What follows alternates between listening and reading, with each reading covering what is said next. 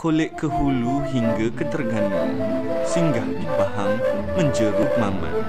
Alangkah indah songket Terengganu, tenunan asli zaman berzaman. Pemuda-pemudi kalau berkain songket, alangkah indah berseri bergambar cantik, alangkah indah berseri bergambar cantik. Kainlah songket tenun Melayu, mula asalnya dari Terengganu. Oh abang yang manis, memoyong molek, pakailah kain songket. Bukti-bukti sejarah menunjukkan bahawa sejak abad ke-16 lagi, songket telah dihasilkan di rantau ini dan merupakan pakaian golongan bangsawan Melayu. Penghasilan kain songket dipercayai diilhamkan oleh kain patola yang menggunakan teknik ikat yang rumit. Kain patola diperkenalkan di rantau ini oleh pedagang India. Saya dulu pandai tu buat kain kan, cuma saya belajar angkat tangan tu secara proses-proses dia je lah. Ya, kira pandai sendiri je untuk belajar tu. Kalau kita atas kita, kalau kita minat dalam sebulan 2 bulan boleh dah. Kalau kita minat sungguh-sungguh nak buat. Sebab yang mak dulu kita ni, jadi kita pun jadi macam ke nak buat juga. Balik-balik. Mula-mula tu yang kurang minat, tapi bila tengok orang buat tu jadi suka. Lepas tu belajar. Dulu ramai orang tua ramai kan, dulu ni kan anak-anak orang tua pun duduk apa nak tenung lah kan. Sebab saya mula-mula start tu duduk bawah. Lepas tu dia tengok saya macam ke boleh tenung. Jadi saya belajar. Kata awak start belajar lah. Lepas tu mula-mula tu saya start buat kosong je dulu. Buat kosong belajar dulu masuk pokok ni. Tu start buat corang ni, buat corok-corok. Pemuda-pemudi kalau berkain songket, alangkah indah berseri. Kain songket bukan sahaja tekstil Melayu yang tinggi mutunya, tetapi juga lambang kehalusan seni Melayu. Pembuatannya amat rumit dan melibatkan beberapa tahap. Oh abang yang manis, oh nona yang lawak, pakai kain songket. Kita dyekan colour. Untuk colour colour merah ke, colour biru ke. Lepas tu yang kedua kita menerai untuk menghasilkan untuk menganim. Lepas tu yang ketiga kita menganim untuk panjangkan kain. Lepas tu yang keempat kita menyampok antara losen ke jentera gigi. Lepas tu yang kelima mengarat. Lepas tu yang keenam menyongket buat bunga. Lepas tu last sekali menenun. Kain songket pakaian anak Melayu. Industri songket masih mempunyai permintaan tinggi, namun kekangan pakar penenun dan juga kemasukan songket-songket yang ditenun secara mesin menyebabkan kehalusan songket buatan tangan kian pupus. Memang ada banyak pembuat dia.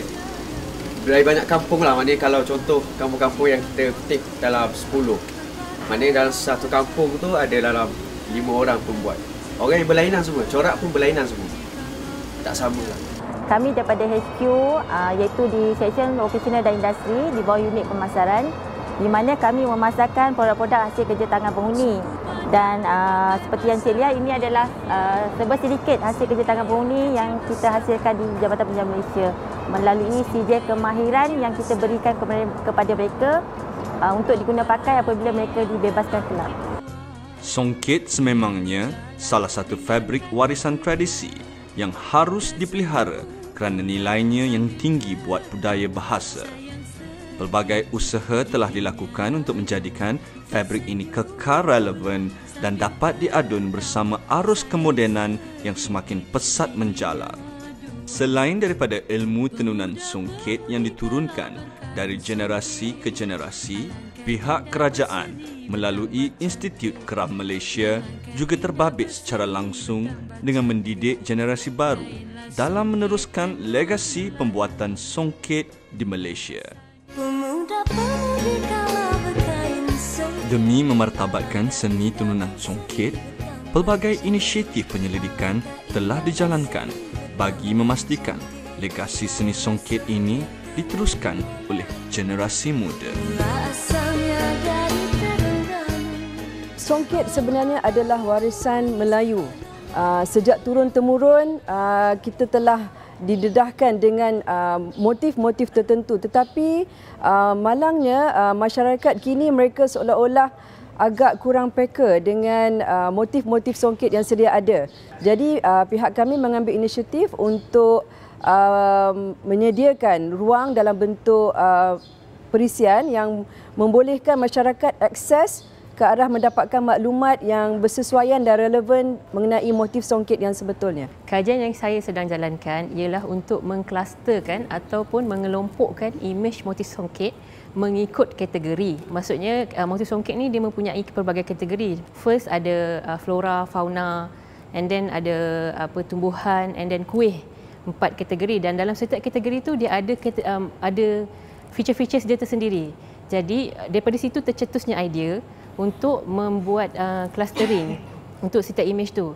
Okey, tujuan dia adalah untuk membantu pengguna untuk mudah mencapai imej motif songket tu, dijadikan sebagai rujukan dan melihat mengetahui dia punya sejarah salah silah dia dan sebagainya lah.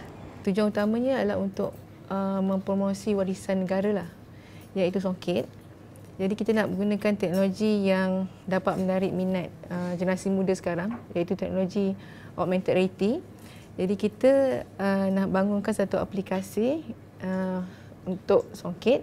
Kanak-kanak ke atau pelajar sekolah dia boleh install aplikasi tersebut dan bila scan contohnya pada map ni, dia boleh nampak maklumat tambahan. Pemuda-pemudi kalau berkain songket, alangkah indah berseri bertambah cantik.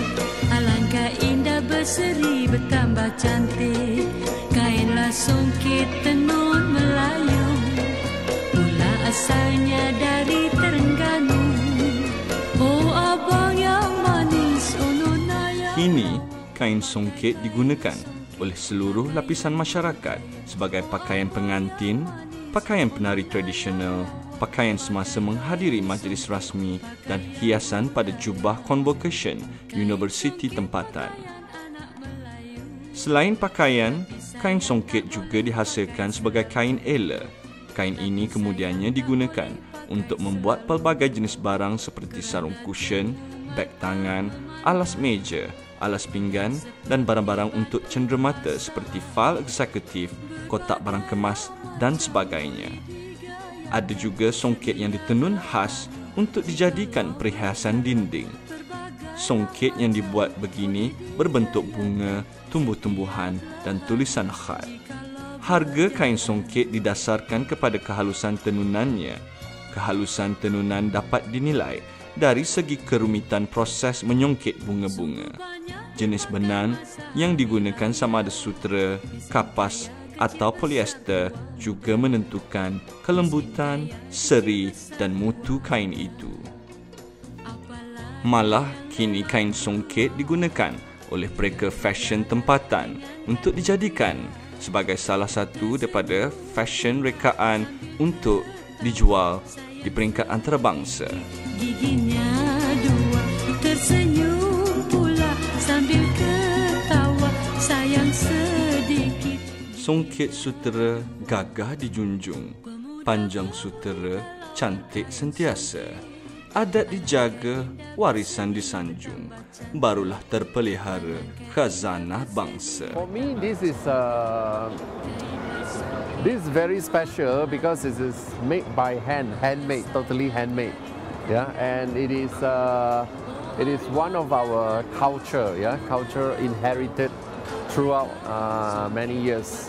So I think we should appreciate this kind of artwork. They can put this as one of the accessories, yeah, because it looks very grand. Saya setuju sangatlah kalau songket diangkat sebagai satu warisan dunia. Kerana songket ini merupakan tinggalan oleh nenek moyang kita, so telah menjadi tanggungjawab kita sebagai generasi muda untuk menjaga warisan nenek moyang kita.